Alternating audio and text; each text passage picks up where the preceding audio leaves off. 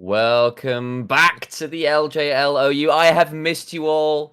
I wasn't here last week. I missed out on some absolutely insane action, and now I get to sit here for the first two games of the day here with none other than Melvin. How are you doing, Callum? I am pretty good this morning. This will be my first DFM cast, and I'm Oh, very excited fantastic. to see how our MSI reps can do.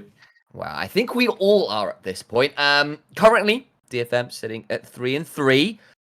Went 0-3 to start the split, then kind of gone on a 3-game win streak, but they're sitting slap bang in the middle of the table. And at this point, Melvin, I think we need to say that the MSI hangover needs to be done.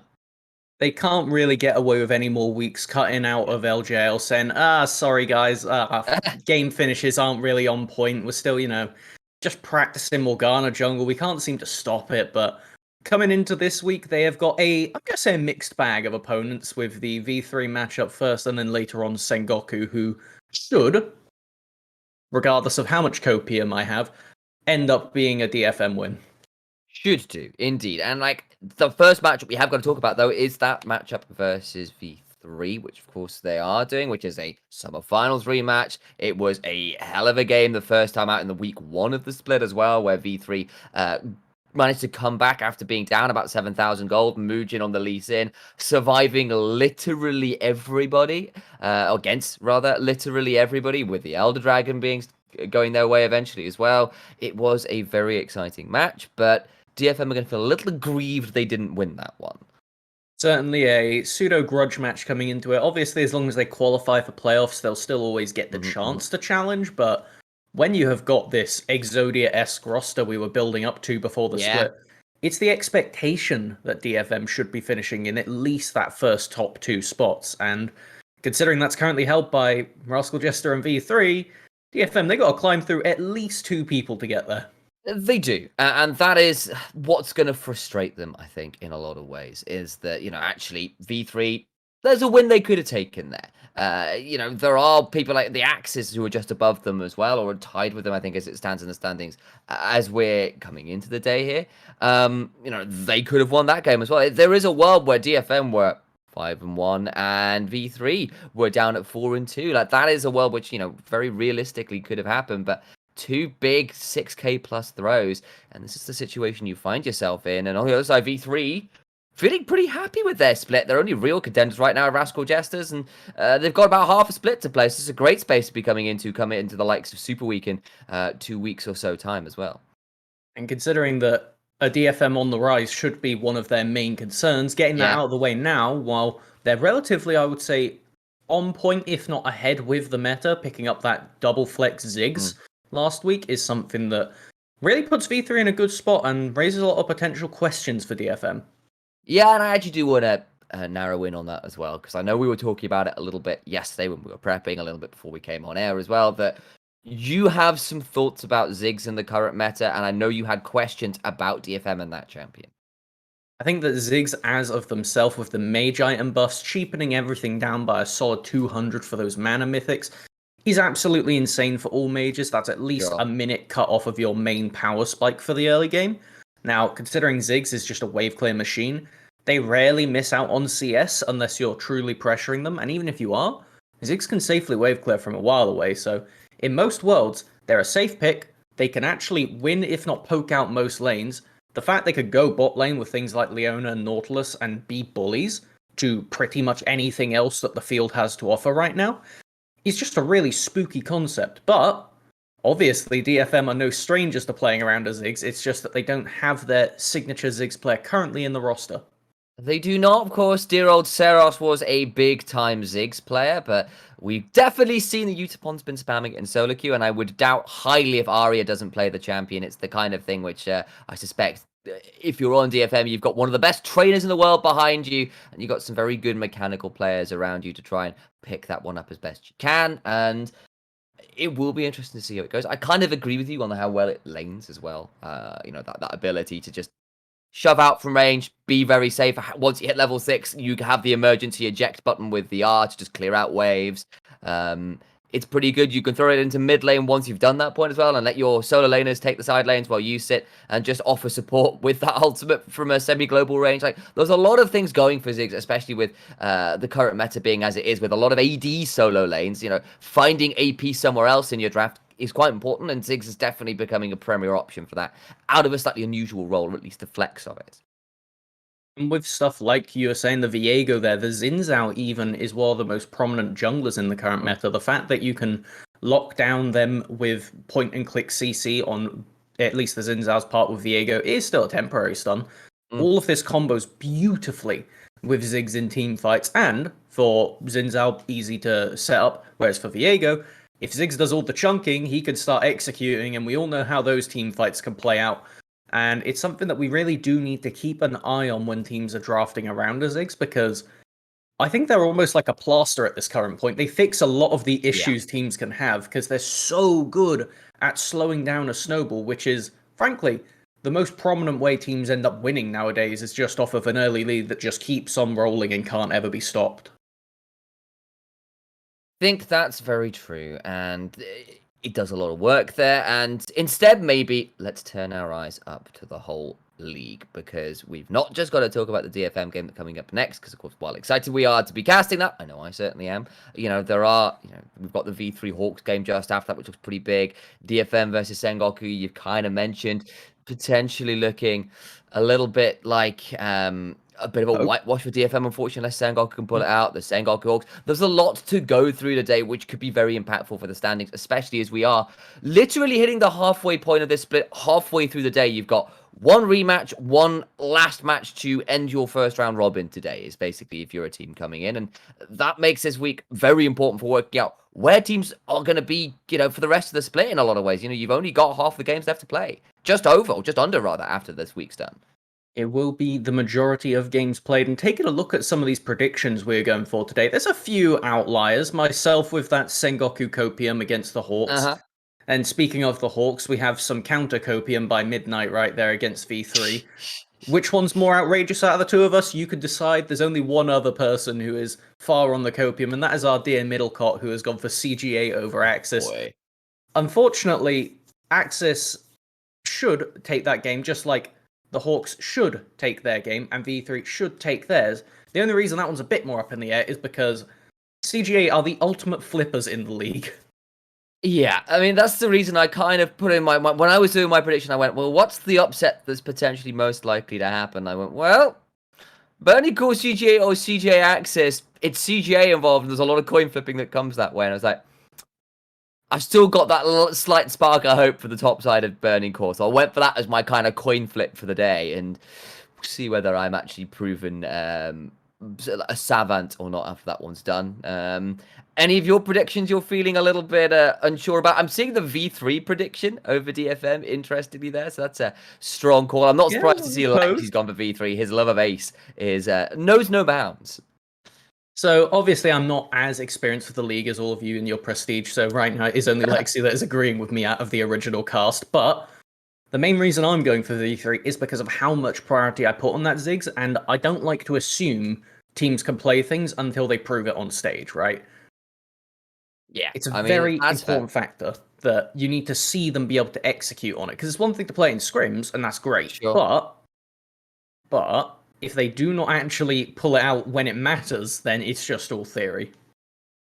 Yeah, I mean, that's a fair way of putting it. I mean, I will add in, however, that you are looking at a guy like, you know, Utapon, who may have played 4 roles competitively and won a lot in all of them. So his ability to play things that are not AD carries should be pretty strong. In fact, I wonder whether he's actually played Ziggs before. There's some stats research I probably should have done before the game. I'm going to go look anyway, so give me like 2 seconds. And I'm going to find out. Because I get my impression is, at least from memory, I think he probably has done at least some of this champion before.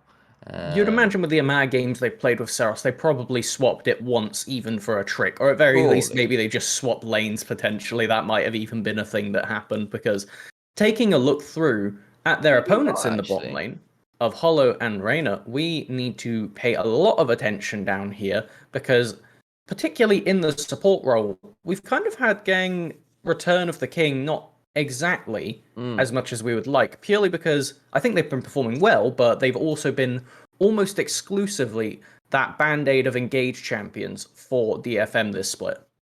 Yeah, they have. And to finish up the point on Utapon before I jump onto that, it doesn't look like we've got any stats for Zig, so potentially not. I will admit that Season 6 and Season 4 stats are missing, so there is a world where that happened there. And obviously, Season 4 is the point where he was playing some very odd roles and the like, so there is a bit there. I mean, there's Soda and Karthus and various other random ones. Mordekaiser in there with 100% You know what, win we'll give rate. him benefit of the doubt. We'll give him benefit of the But there doubt. is no Zigs. So, worthy call out there for you, Melvin. But for Gang, yeah, kind of agree with you that there has been some teething issues getting this guy back into the roster. I mean, effectively, he has been the one role swap from anybody in the LJL, whereas the LCS and in LEC and even the LCK to an extent, even the LPL, we saw Nuguri was switched out yesterday, for example, in FPX. There's been roster changes all over the place for a lot of these big top tier teams. The LGL's only had one. That's Gang coming back into the roster, which was ordained many moons ago when the roster was announced way back before this season even started. And it's not been completely smooth sailing. There's been a little bit of a disconnect, particularly when it comes to those mid and late game team fights in terms of who's going in when.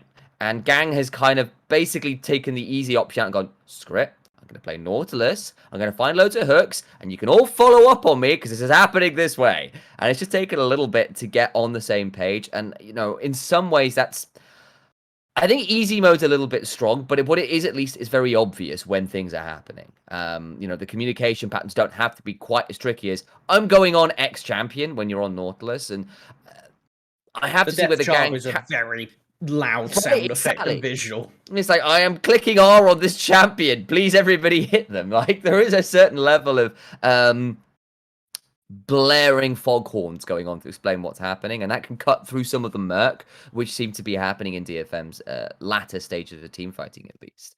I guess my question then to you, Melvin, is how much do you think that will hamstring DFM, and how much from like last week in particular, if you know what I mean, where we saw things looked a little bit more coordinated? Are those issues somewhat resolved now, I guess is what I'm getting towards. It's something that until I see them comfortable to just say, all right, you don't need to be on these primary engage champions. You could be a secondary engage or even an enchanter, things like that. Then I'm still going to just be cautiously looking at DFM's bot lane going, all right, I know you're both very good at the game. I know you can both play most of the champions that are in this role, but that was in the past. You need to be able to do it right now because Reiner, they can pull out the Brom and they can pull out the Thresh. And while they didn't win on it, I don't believe they'll be pulling out the Tom Kench post rework. But with those other two, I don't know. This is envy. I don't know if it's actually enabled or not. I'm not believing they are on this patch. Yeah, we'll get produced to take a look at that. Thank you very much. But for the Brom and the Thresh, very powerful picks when you are into these super engaged champions because you could just nullify all of their strength. You could say, okay, actually, you're Leona, flay away. Oh, well, you dive into a Brom, you probably just die in most circumstances. So it's something that the DFM probably just die. That's very the glorious statement, yes. We do have Tom Kench up. Indeed. Yeah, Tom Kench is available, and I will throw out this bit of trivia. It's something I do on a relatively regular basis. Ebby is a guy who, in the 1v1 tournament All-Stars, pulled out Tom Kench into the Shy pre-rework all those years ago. I think it was like 2018, something like that.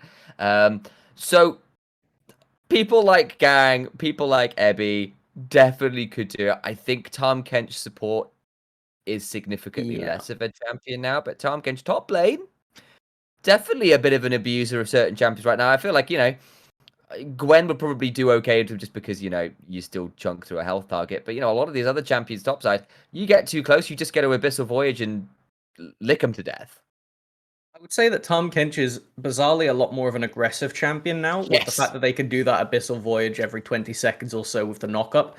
Doing it from Fog of War is actually pretty good when you have things like the Ash or anything else that could set up by just slowing enemies, because otherwise that ability is almost impossible to hit just on your own unless they are paying no attention whatsoever. But Put a Well, I minor don't know slow if you've on them, seen a me in bit my of solo setup. queue games. That's definitely doable. Okay, I'm giving credit to the pros and hoping that if they Are they see a really big as good as telegraph me, circle Melvin? on the You know, ground, look at me. Look at where I am. How can they be as good as Initialize? Really? you're All not right. wrong. We'll have to fingers cross that Delusions, one. crazy delusions of grandeur aside, maybe. Where do you think Tom Kench falls in terms of pick ban priority? Will it be like Oh, superseding things like, the Viego, the Gwen, even a Carly to an extent post nerfs? I still think has some room to be flexed and be frightening in the right situations. I mean, is it up towards that end? Is it pick worthy? I don't think it is. Playing a little bit of it and discussing with some general Tom Kench enthusiasts, I don't think it's as good as it has been. At least on this patch, we'll have to Mm. on this patch for Pro. I must say we are Okay. currently one patch delayed behind the live servers, so he has had a couple more quality of life Yeah, changes, but a I bit say of I heard it's healing on live. He's a little moved bit around. nuts. Yeah, so I don't think we'll see him to this week in Pro Play, but obviously we've got Super Okay. Week coming up in a fortnight, and that is Ah. two back-to-back days where Oh, if he is in a pretty nutty spot, we could very well see him then. the Kench gets unbenched for two glorious games. Get days of games. There we go. Pride Month may have ended, but apparently I'm still here repping the flag for people. There you go. Allies on stream. Sorry about that. That's an interesting mashup of words. But yeah, I think that's fair. Still waiting here, by the way, on games to get started. Obviously, with a lot of games over on the official stream going very long. It just meant that we were a little bit delayed getting into game for this one over for us. But that does mean me and Melvin get to podcast and talk our way through a couple more of those champions. Tom Kench is pretty big. Ziggs is pretty big. Any other champion you think worth keeping our eyes on as we're coming into the day? I would say that Akali and the LeBlanc are two ones that are much more likely to be seen. The Ziggs is, I would say, a bit more of a niche where if you don't play it, you probably won't. But at least in our first game, we should see Ziggs priority. It's mainly the LeBlanc and the Akali, though, that I want to draw attention to, because obviously when you're a squishy Ziggs, both of these champions can prove nuisance when they're piloted by Yeah. really good players. And in the mid lane, we have two really good players of Arya and Ace. Yeah, I mean, that's something we've been talking about a little bit. It's like, well, who are the best mids in the region right now? And for all that I've had my issues with someone like Ace, he has been having a phenomenal split. And a lot of those issues, like particularly say the laning, he's actually been pretty good at this split. Things like his LeBlanc have genuinely been very scary, and his Orianna has also been finally something to keep your eyes on in previous eras and previous metas. It really hasn't been a concern. So, why Arya has historically kind of had his way with the matchup, in all things said and done. My impression is that potentially this time might be a little bit more even if the first game, still looked pretty good for DFM for the opening 20-25 minutes. I think the opening 25 minutes or so will be very important because with DFM coming back more into form, getting a bit more, let's say, regimented in how they play, after that Burning Core slog of a 40-something minute game, I feel like they finally got themselves into a scenario where, yes, they'll still be hesitant with ending the game, but they're not just going to play the absolute snail's pace slowest they physically can to end the game. Yeah, that's one way of saying it. And then that's true enough. I'm looking over some of Ace's stats right here. Second highest damage percentage of any mid. Pretty much slap bang in the middle for CS per minute. He's good. His GPM, second highest in the league. Average assists, not doing so bad either. One of some of the lowest average deaths. In fact, the lowest average deaths of any mid laner in the league. There's a lot going on for this guy. I'm going, yeah, this guy has been hitting a lot of numbers that he hadn't been in years previously. Hell, he's got the second highest GPM of any mid laner in the league, just behind Dasher, who's trying his absolute hardest to get as much gold and be the carry threat for the Hawks. Which would be, in fact, be our second matchup. And I know that's a mid lane matchup that we're really excited for as well. So, I have been genuinely quite impressed by Ace this split in a way I haven't been for the last 2 years or so. And I would say that last week, anecdotally speaking, that Ace was the reason that they were able to beat Sengoku in that game that was pretty much won. It was only when a fight got slightly split up and Sengoku kind of showed their weaknesses, their lack of synergy in those Sure. mid-game fights, that Ace fully recognized their opportunity and just blew up the backline, making it an absolute flip on its head from, I think, something like It was probably about a 6 to 8k gold lead at the time that just got dropped on the floor and stolen away, all off of the back of their LeBlanc. So, Ace coming into today, got big weights on their shoulders, going to have to see if they can keep living up to that against the best of the best the region has to offer. Arya, obviously, no slouch to any champion, might I say, so with their humble champion pool of everything that could go mid lane, I expect them to probably be ready with some of those prio picks like the Akali and like the Ziggs. I mean, I have seen this guy play Kalista mid and win. That's the kind of guy that Arya is. And it's potentially very, very scary. And, you know, this is a guy last week as well, went on the LeBlanc and did absolutely despicable, unspeakable things to the opposing champions, the opposing team. I think it was the poor old Hawks didn't have much of a chance there. Alongside a Shaco jungle, by the way, from Steel, because Could do that. That was fun. I think I might have been the first competitive Shaco in a long time, actually, as well. I don't know how many games Shaco has got over the last year or two, but I can't imagine I highly many. doubt many. Yeah, there's a fun thought. But you know that LeBlanc goes up in priority, and it's not just the mid laners we need to pay attention to either. I know the matchup we were really excited about, or at least very focused on, was that jungle matchup. And you know, over on the official stream, they're really rating Ari and Ace as a place to watch, and I really can't blame them. You can see it there. Those are good stats for both of them, though Ace currently has something of an edge right here, though that does help. He's been winning significantly more, but you know, as we said, it's never really mid lane in isolation. It's how they synergize with their junglers, and Muujin in particular has been a real star for the side of V3 this split. And I feel like it will be these two junglers that get to dictate the game. It will be Steel trying to utilize some of those potentially abstract picks. Maybe we do get to see the Shaco again, or we might just get a transition towards those quite powerful junglers with the Diana and whatnot popping up. I feel like these are some common ones we need to be looking at. And if you take a look at these champions that the mid laners have in tow, you'll notice that Arya is rocking the Renekton, which does mean that those AP junglers get a little bit more priority for Steel if they are to pull those out, because right now, AD solo laners quite good, but they aren't exactly just downright kings. There's always Gwen and these kind of champions that can come out that are very valid of the prio. Absolutely. Well, it's certainly going to be an interesting to keep our eyes on.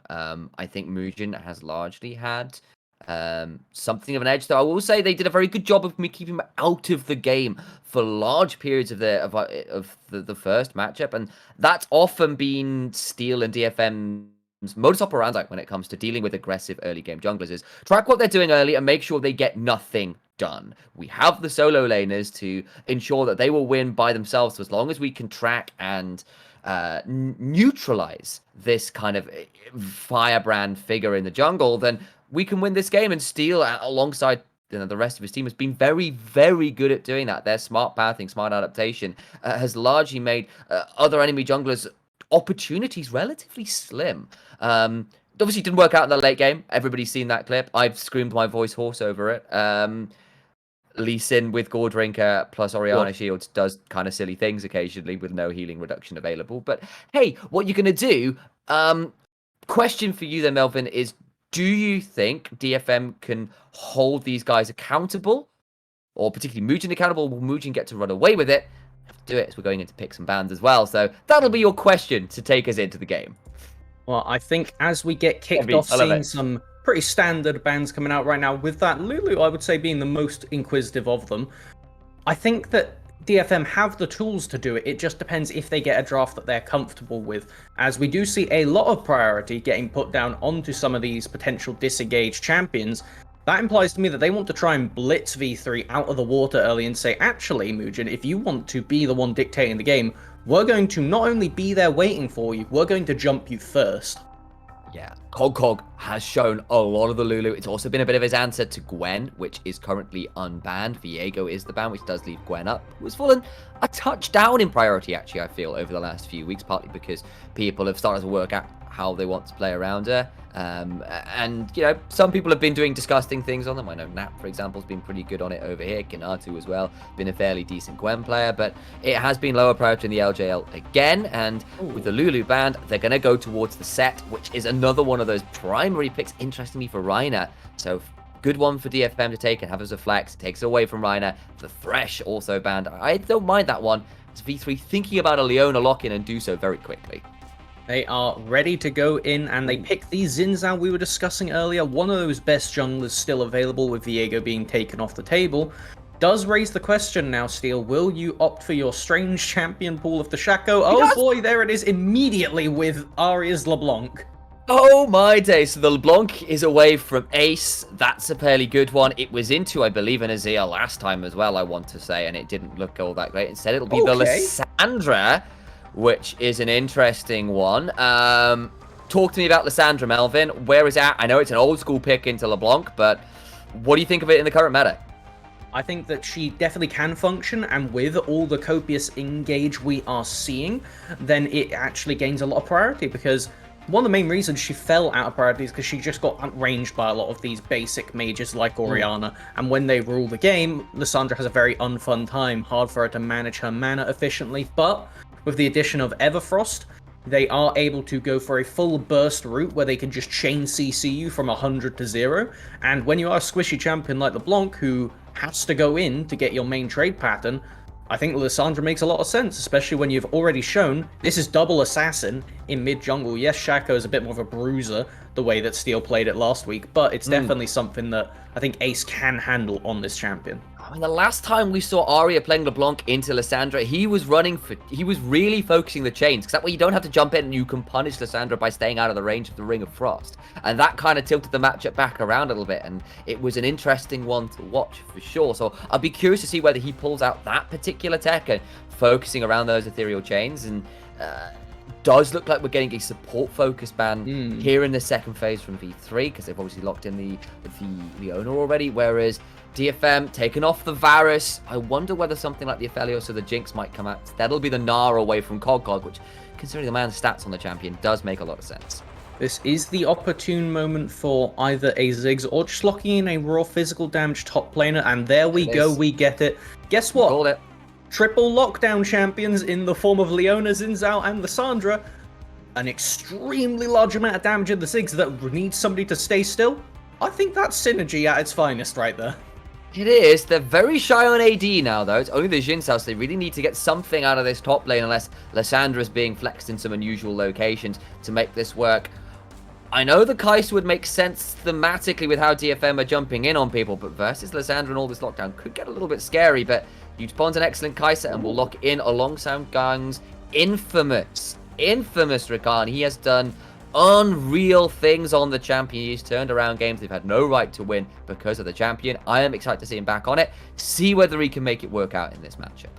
And they have really good setup tools for this Rakan in the form of that LeBlanc and the Shaco, who will be likely already halfway into the enemy backline, giving them a free way to dash in, as we will get the Mundo last pick, actually saying we have all the damage in the world, and with your only real tank being Ebby on that setup there, they're not really too scared of going super ham on the magic damage. They just want a front line who can kind of get in the way and at least mitigate, if not body block, some of Aria's chains, potentially even some of Utopon's engage with those Prey Seekers.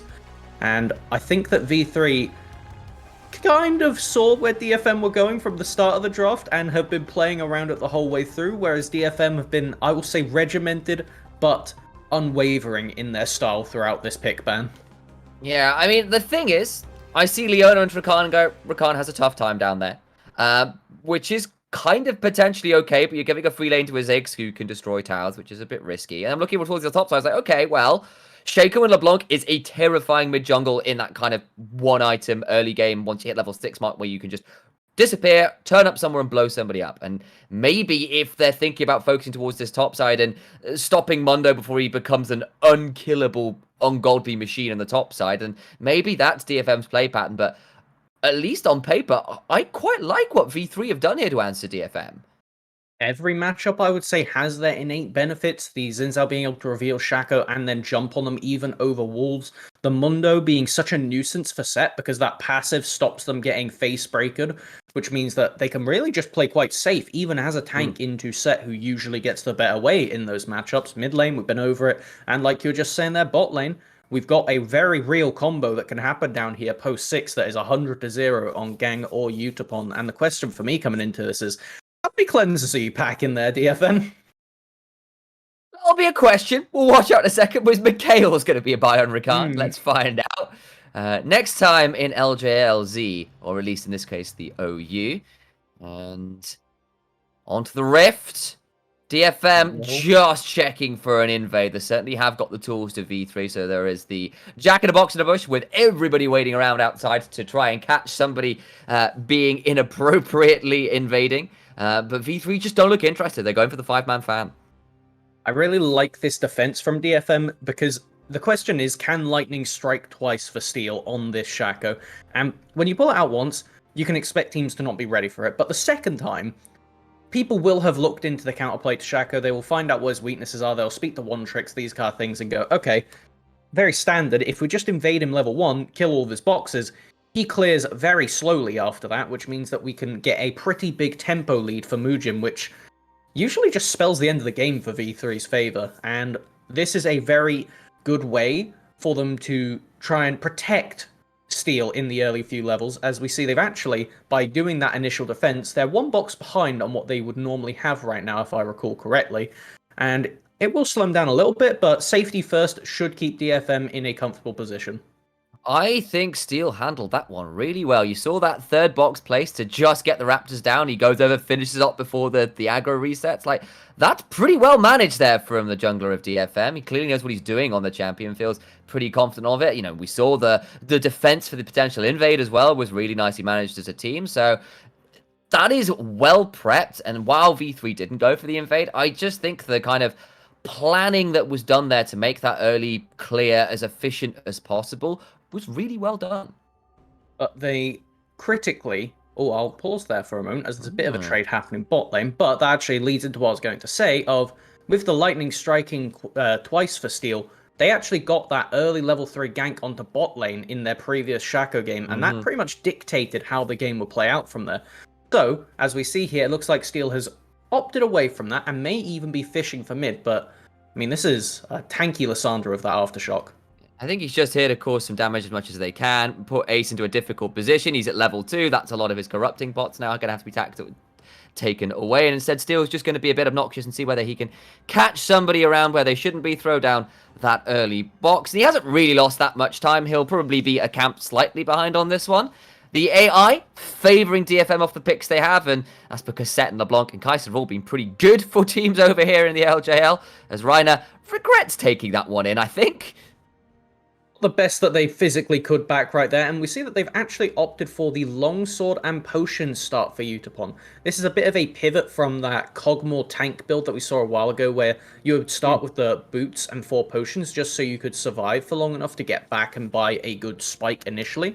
Now, with Kaiser, when you go for the longsword initially, it's just a bit more power that can potentially lead into an early serrated Dirk for a lot of kill threat hitting that level 6 mark. Right now, though, we do have Mujin, who is just lurking. They have managed to secure 1 crowd for 1 right now, and considering they weren't slowed down by trying to gank mid, well, I say that, maybe they should try and gank mid right now as Ari's going in, but I'll stop there.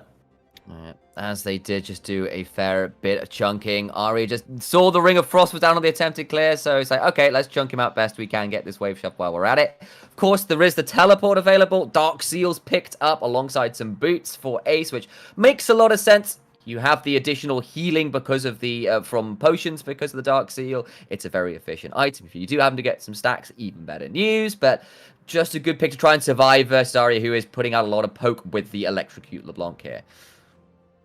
And I will say, while it's probably not how you plan to play fights, Sandra's actually one of those champions that can benefit greatly from Medjai's, because they scale brilliantly with AP being able to get burst down, but most importantly, when they do die, if people are still getting killed on the enemy team in a big team fight, those Lissandra passive ghosts will just walk at you, and those frozen thralls will get a lot of damage down, potentially for securing kills or assists while dead, which will help restack your Dark Seal or Medjai's, even if you go in first, as Lissandra is one to do.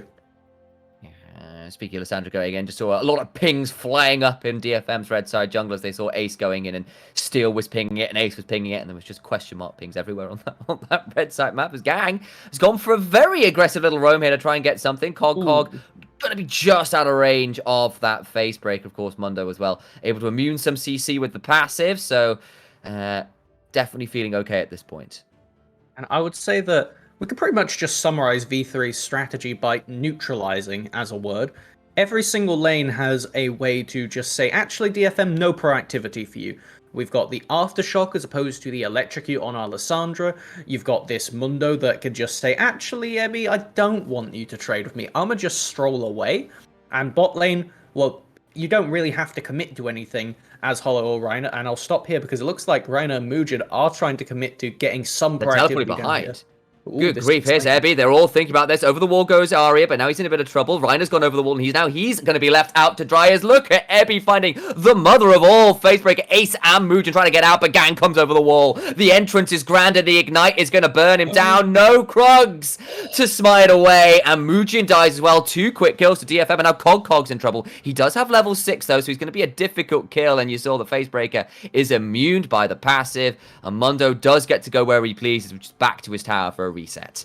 Punished for that overextension right there, and it will not only allow Utapon to get pushed in the bot lane, but as we see here, it is a lot of a gold influx, and it is all off of the back of this very slim margin for that ward that was literally dying as the TP came through.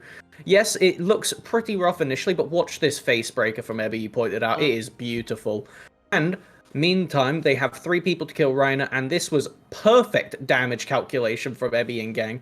And I feel like if there's a representation of how good your synergy is, that's it right there, because they died on the last Ignite tick on the slimmest of margins. So DFM, they're looking alive in this early game. Oh, this is what I've missed from Gang. His ability to just turn up on the map in random places and make people suffer.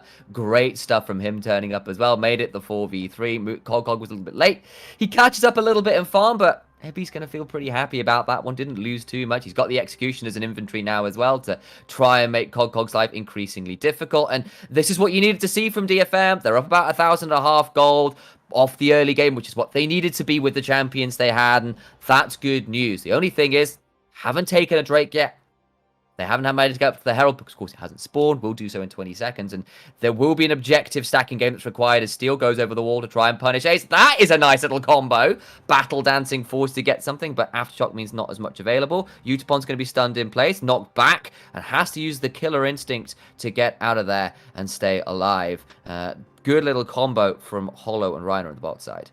This is why these CC supports are so terrifying to be paired with the Ziggs. You could just reliably hit everything you've got. Hollow was only level 5 during that trade. If they were level 6, Utapon was likely going to have to commit Flash to escape, because there is an insane amount of burst that can follow. But right now, we have DFM looking at the Herald, and V3, they have sniffed it out and they're sending everybody over. Hollow has TP though, unlike Utapon, so this could turn into a bigger collapse. Ice did go forward, and now he's going to get re-engaged on. That's a big turnaround, though, from Reiner, who's going to chunk out and take out Gang. Teleport's now flying. Ebby's a bit late, steals around, but in a difficult position. But, of course, it's the boxes, so it's just the pick over alongside the teleport from Hollow up to be around this Herald. I think DFM are going to have to retreat, even if it gives a little bit of downtime in the bot lane for Utapon. The wave's not shoved in, so it's going to be pretty hard to get a hold of those plates. So, nice turnaround TP from V3 this side.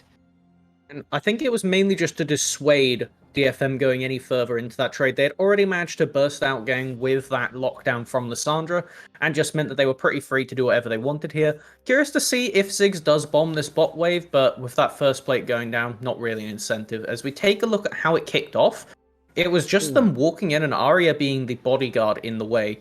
But watch right here, Gang. Only level 5, not with that full-on grand entrance. Is just held still by Lissandra. And oh, look, they get point and click to death. That is the nature of these 3 champions V3 have put together. And the double TP to just split the fight entirely says, we're calling it there. We got an advantage. That is all we need.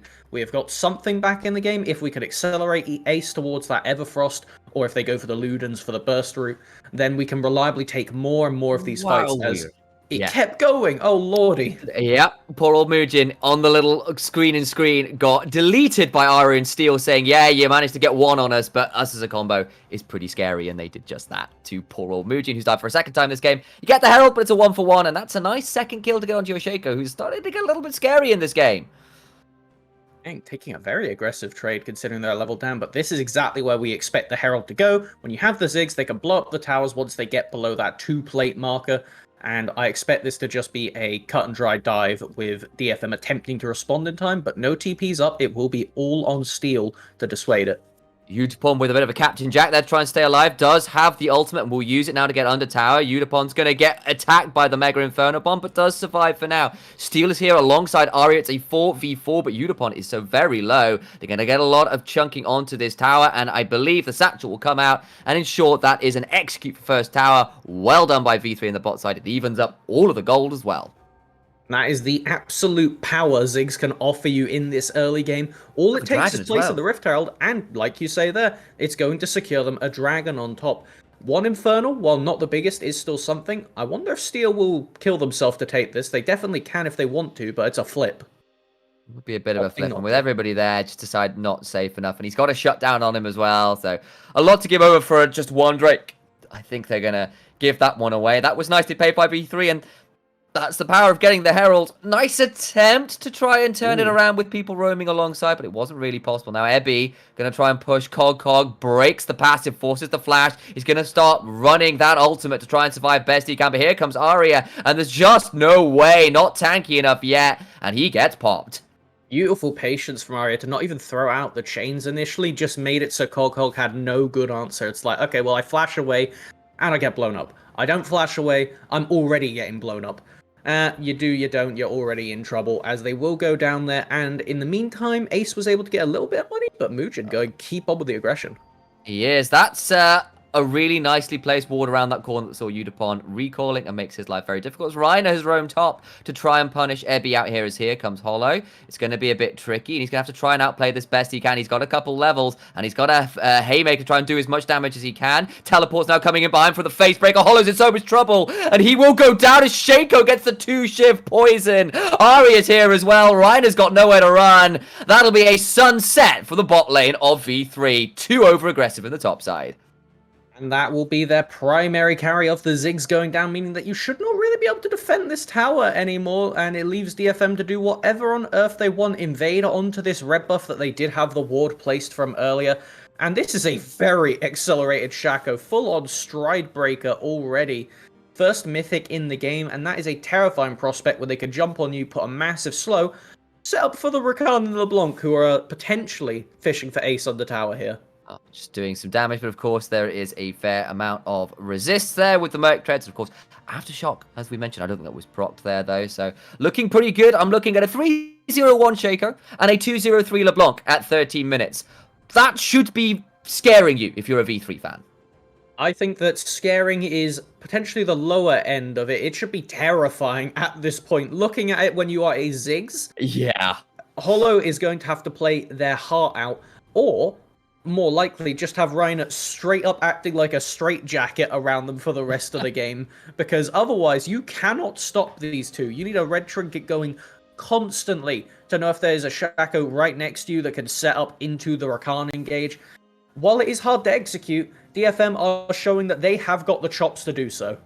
If you don't have a fear of clowns yet as a V3 player, you might do shortly after this game, because that is a terrifying clown demon puppet thing. I forget exactly what Shaco is Arya. Just thinking about getting that wall, but with Mugen and Ace around the corner, they've got their own scary duos. As Rhino's here as well, so Arya really does need to be very careful. He's gone forwards, does have flash, and may need to use it, but decides he's going to be quick enough to walk away. I thought he was in serious trouble there as Steel, just hopping around as well. I think with the Satchel, they're going to get another tower here, though, so nice little move from V3. And that is the power of the Ziggs shown once again. Does not matter if you're actually behind. Yeah. All you need is that base damage to blow up a turret, which opens up the map brilliantly for V3, allowing it to put them in a state where DFM now have to decide where they're going to go way further in advance, because it now is a lot less safe for them to rotate between the jungle, especially, again, I keep saying it, when you have these point-and-click tools. these ins out, the Lissandra, who has just picked up the Everfrost, and the Leona are all terrifying prospects because no matter where you are, there's always the chance for that Mega Inferno bomb to just land on top of you if you do get picked off by any of them, which means that DFM now, yes, you are ahead, yes, you're in a good spot, but considering it's an ocean next, you've got to really be praying that it is a mountain soul if you're going to try and use that to win the game. Otherwise, you need to blow them out of the water with team fights, which I would say DFM's comp is not entirely set up to do. No, but they do have good pick, and there are a few people here who are definitely very pickable. Hollow in particular with the teleport, not the cleanse, as you mentioned before. He was going to need Reiner to be playing, bubble wrap for him this game, and that's going to be increasingly tricky, especially if towers start going down on V3's side, but they haven't as yet, and DFM starting a gold lead is good for them at that point, but they really could use some structures at some point, because that is going to hurt them as it comes to setting up for these objectives and getting priority, as you've already mentioned.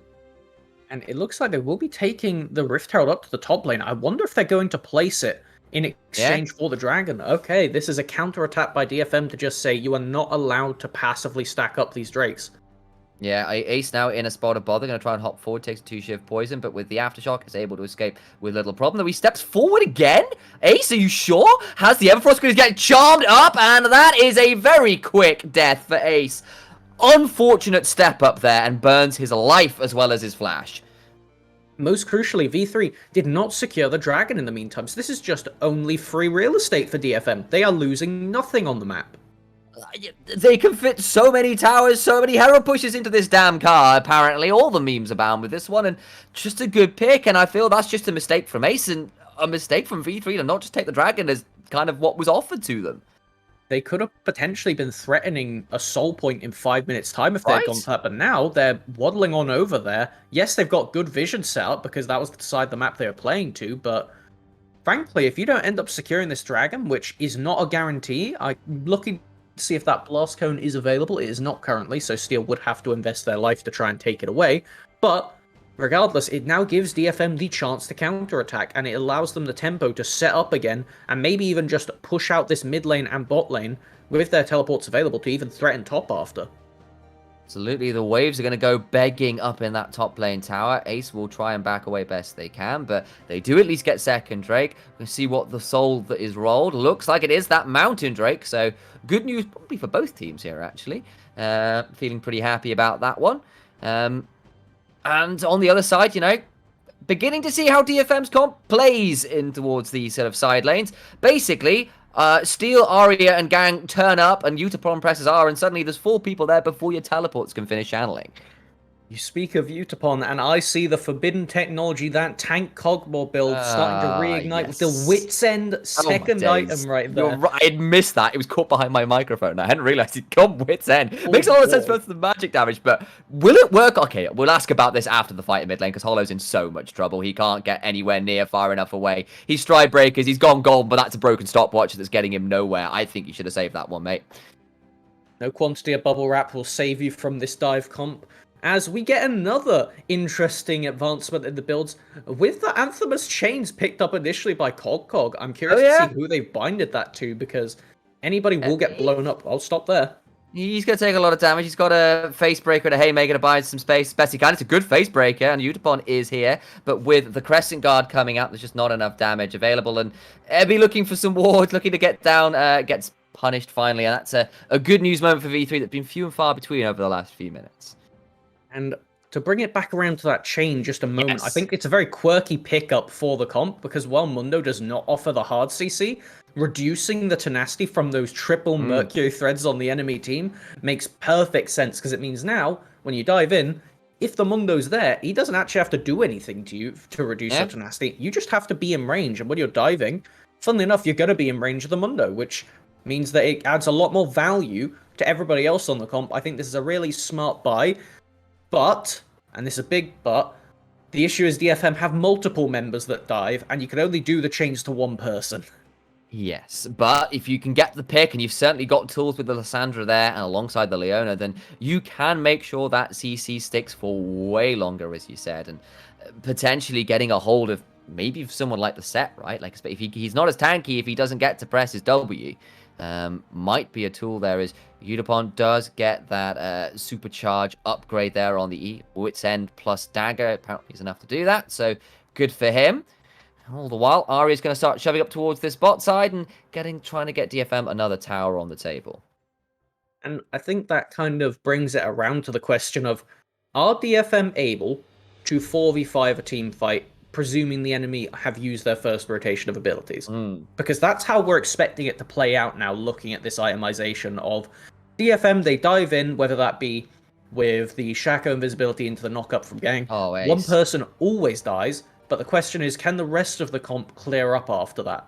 Because V3 can realistically hold multiple people still, but Ziggs can only follow up the burst on one at a time, giving DFM a solid 5 to 10 second window during fights where they can go in. Alright, Steel's been CC, but he's not going to take all that much damage there. Gets a strike breaker of his own. There is the Solar Flare. Teleport's now coming through. Mujin goes in very deep. Reiner has to go gold, but over goes Utapon! And the Showstopper will ensure Hollow dies. Now he's going to try and escape best he can towards the back. And it's Reiner desperately low. Won't quite get popped. Now Steel with the clone. Starting to be an absolute nuisance under tower. Sends everybody running away in fear of the Jack-in-the-Boxes, which were shoved into a coat. And instead, DFM just get to walk away with a nice pick, force out some summoners, get the teleport from Cog. That one was a bit unfortunate for V3. And watch this right here. It's all trying to force it onto Steel and Gang, but they are not that squishy. Yes, Gang is, but they can escape. And it gets completely split up along the side here. Watch this. Emmy with the beautiful flank on the Hollow, and they don't realize what's happening. Instantly followed in by Utapon, and the burst is too much for them. And at this point, DFM could just walk away because Arya's poking on the side. You've still got the main group of people in front of that mid lane tower. And it leaves V3, once again, asking questions about who to go on. We've lost our Ziggs now. Our DPS won't happen. And frankly, we can see it from the jungle proximity. It's a lot of priority required onto this bottom lane and mid lane for V3 if they are to play out these fights. So if one of them gets taken away before it starts, it kind of leaves a lot of questions. And instead, you see Arya has been pairing up with this jungler a lot. 32% jungle proximity is pretty nuts. It does make a lot of sense when it comes to how well Shaco and LeBlanc can work together. And they're going to try and play for this dragon. They've got 5,000 gold. They've got items. I think it's time to rumble in V3. This would put them at soul point, and they need this team fight. LeBlanc doesn't get attacked by Reiner there, despite the blast cone coming over. And it's going to be a big one, Melvin. Dragon is already leashed. Keep an eye on it. The burst can come down from 2k with that Inferno Bomb if V3 want to just commit to it. But Steel is flanking. That's a big showstopper. And Hollow, he's just gone. He's dead. It's a decent turnaround, though. His Gang is dead, but look at the backside. There is the face breaker. Lysandre gets one, but it's still too little. It's still too late. Udapon and Arya still with more than enough HP to try and turn this one around. They're going to keep chasing this one as Arya just running down the Lysandre gets the flash into the chains. It's another kill. And yeah, they lose 3, but they get 4 in trade. Reiner will escape, but they lose the dragon. And that was a decently played team fight from DFM. Utapon can now potentially even walk to that mid lane. We'll have to see if Hollow commits the TP to defend it. But I think more importantly, actually, is Arya will steal away that blue buff away from the Ziggs. And this is how it all starts again. If you don't have Red Trinket going, you can't spot the Shaco. Keep an eye on Steel as they walk just straight up around the corner and just point blank jump into the backline, giving Gang the perfect just follow-up entrance. Watch this. They just walk on in. And it's too late. Triple Stride Breaker. It all goes to hell immediately for V3. There is nothing they can do to protect Hollow on this Ziggs. They have to be the ones going forward if they want to get these fights done. And while it looks even, Arya, showing why they get the upper hand on Ace, manages to just chase them down, committing the flash and the burns. 60 CS in the mid lane as well. Look at that. It's pretty brutal. It's pretty brutal for the counter matchup to be that far behind. Yeah, that's supposed to be the counter match. I know Aftershock is not as good on Lysandre as it has been, but, you know, this was not a team fight comp that manages to out-team fight you, and they're finding pick after pick. Steel goes in invisible, which gives Gang a free battle dance into ground entrance. It's getting tricky here, and the darker the map gets, the harder it will be to stay alive. At least they've held onto this mid lane outer turret, which is preventing complete jungle control, but it's getting scary. It's already scary. Very scary. It's the silverest of linings having this mid lane tower alive because it gives V3 the potential to play to it. And they do manage to completely dissuade this push right here. But Hollow, pays for it with a lot of HP, as I'm waiting to see what this replay was actually showing. Did somebody get blown up here? Did they just assassinate Hollow on the side? Oh, Must no. do. Oh, boy. Oh, dear. Okay, they're going to try and get it. Oh, great stopwatch. Going to try and turn it around anyway. Don't manage to find it, unfortunately, for them. But yeah, Hollow down the Zhonya's for a bit now. Has at least managed to keep the flash. And I would say that means Utapon should have a big old cross on their back right now. V3, the second they are remotely far away from people, they should be blowing up this Kai'Sa, as they are susceptible for a few more moments until that flash is available. Considering the Baron is up, this is the main thing V3 cares about, is denying that. What on earth is this? Oh, Hollow is in so much trouble. At least it's a decent attempt from Mugen to turn people around. Steel's going to get traded on until he's trying to deceive his way out of danger. Does go down. Jungler is dead. That's a big one. Ace re-engaging, and V3 might have found the fight they've been looking for all damn game. The health bar's so low. Utapon to the backside trying to stay alive. It's a double for this Mundo, who is so damn tanky. Utapon trying to run away. Remember, the Baron's alive, by the way, so I think that's just V3 getting Baron. 2 overeager from DFM in mid lane, and Mugen with the wonderful split up on the whole of DFM. And that was so much done by Cog just existing in the middle of the fight. Making it really hard for DFM to navigate will lead to this Baron. Arya isn't going to contest, doesn't have the TP to come on back. Frankly, if you walk into this pit, you would just die anyway with the amount of CC they can throw at you. So, question now comes up is, can Arya kill that mid lane tower before it matters? They've sent the minion wave in, and it looks like they are going to commit. But here's the bomb. I think it may have just cleared the wave. As we will see in the picture-in-picture, the tower does die, most importantly.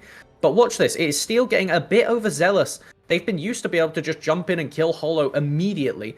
But they spotted by the red trinket. The red trinket gets them. It gives the warning, allowing the CC lockup to come through.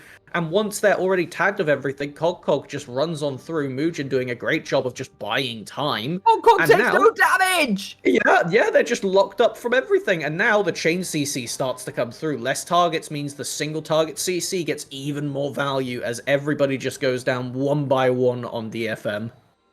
Both of those satchel charges were amazing from Hollow as well. He literally satchel charged Steel into the edge of the solar flare to keep him slowed. It was great stuff there. They did get that mid lane out of turret, but all the while, Ebby's got a teleport. He's thinking about coming in.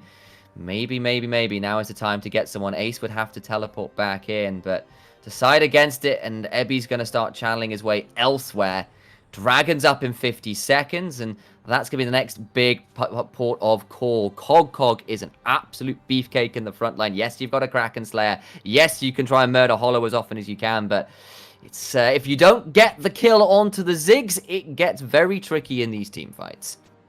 Now the question is how V3 tries to play this, because they want to keep control over this red buff part of the jungle of DFM, so they can say, you cannot contest this, we will get soul point off of this Baron.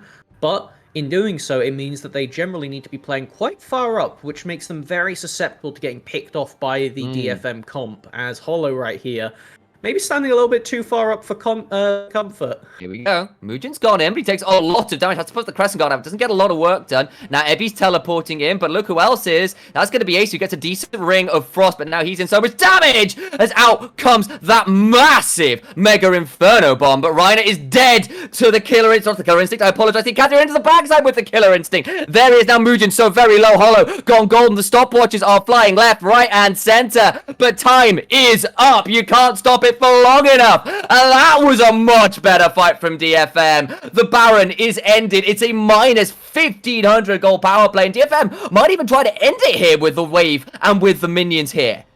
32 seconds left on the main wave clear tool of that Ziggs. I don't think Ace is going to be able to do it. Reiner on their own certainly won't be able to hold off DFM. So this is going to take miracle quality if they want to stop it. But I think that will be the game. They've got the damage. They've got themselves 5 members alive. Reiner's going to come through and miss the Zenith Blade. He's not got wave clear. He's got no chance. He's moving back to the pound, and he knows it's done. And DFM win the fight. Only one bad team fight the whole damn game. Oh, made us sweat, though, that one team fight. Definitely put a sour taste for DFM at that point, but shows they are back in form, ready to go, and that is more than exciting for our previous #1 seed. Yeah. Melvin, I think it's time to ask you this question. Do teams need to ban Shaco against DFM? Oh, okay. I think that they might need to start considering it if you don't take the specific counterplay against it, which, as we saw here, DFM were ready for them to do. So, if you can't answer it, it does seem to do quite well with how DFM want to play with these dive comps. Oh, I saw the combos there with LeBlanc. I saw the combos there with the Rakan. It was pretty damn good stuff. Either way, we're going to cut to a quick break, and when we come back, we'll have some more in-depth thoughts for you.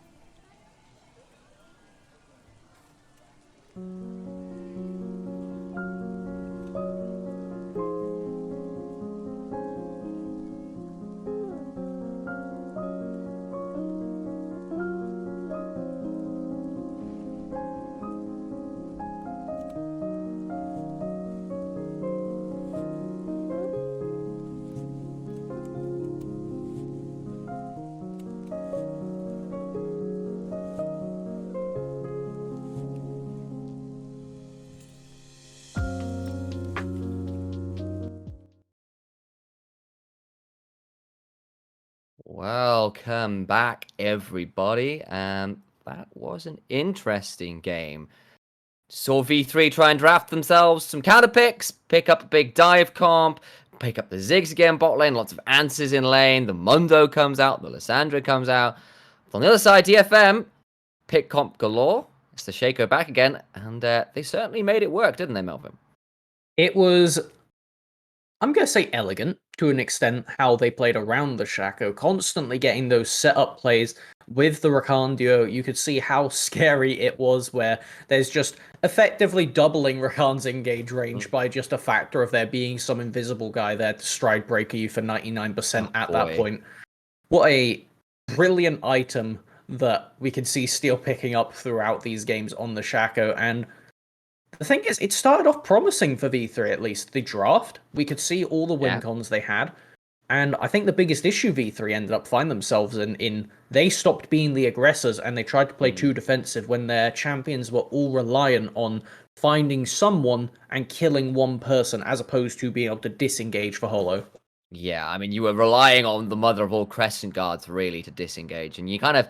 There was this discussion I know LJL was having the night before, is you want to fight past Mundo, not through him, because then he just hits you with the defibrillator, and you end up being shocked to death really quickly. And Mundo was really a non-factor this game. He couldn't deal with all these rapidly moving targets getting behind him towards Hollow, who was just target... he was the man with the target on his head this entire game. And the one time he did survive was the one time DFM lost that fight in mid lane, where they did go quite deep and Mugen did get the Crescent Guard and Hollow did survive, but one fight out of about 10, 11 really isn't what you need to see. And I think that it started off with V3 controlling the map pretty well with objectives, but DFM were always in the confident driver's seat right there. Even at the level 1, where they slowed down the Shaco's clear by just a little bit by preparing for the counter invade, they were just ready for everything at all points throughout that game. Even the TP play that set off, where Ebby got the last second on the ward teleport to flank in and start the snowball for this LeBlanc Shaco double assassin duo in the mid jungle. Pretty much from there, DFM just were in the driver's seat, and it was only V3 responding with some objectives, even wasting upwards of a minute and a half to respond to a Herald push in the top lane.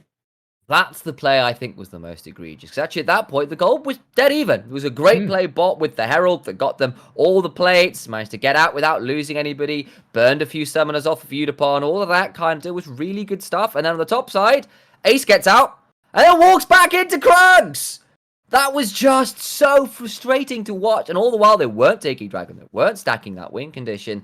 And I feel at that point, that's when the goal ballooned and when things started getting very, very difficult, because the Shaco and LeBlanc were not just chunking you, they were 100-0ing you as a combo. And I think they could have played further to that Dragon Soul, at least for the second one, because if you play to it and see it's a cloud, then your priority on it drops a fair bit. Yeah. But if you do get that mountain, stopping your Hollow getting bursted throughout these fights is pretty significant, because like you're saying, the one fight where they didn't die, it was a decisive victory for V3, where they were able to turn it into Baron and start pressuring down lanes, but they just weren't able to execute on that properly, and just led to DFM kind of ripping them apart across the map. Yeah, and that's kind of what it was. You turn up in a side lane, in comes the Rakan, off button from Kai'Sa Press, and it's all kind of dumb, and it was very difficult for Hollow to stay alive from so many people finding their way into the back line via their various abilities. It was Detention FocusMe that came out very heavily ahead in this one. It was a convincing win. It was an interesting little draft from them again, and kind of maybe making me eat my words a little bit about how I thought that comp was going to be played. I'm happy to be proven wrong. DFM back? Question mark. Well, they've got another game to play, which will be coming up right after this break. So stick around. We'll be back with that in 10 minutes or so. See you then.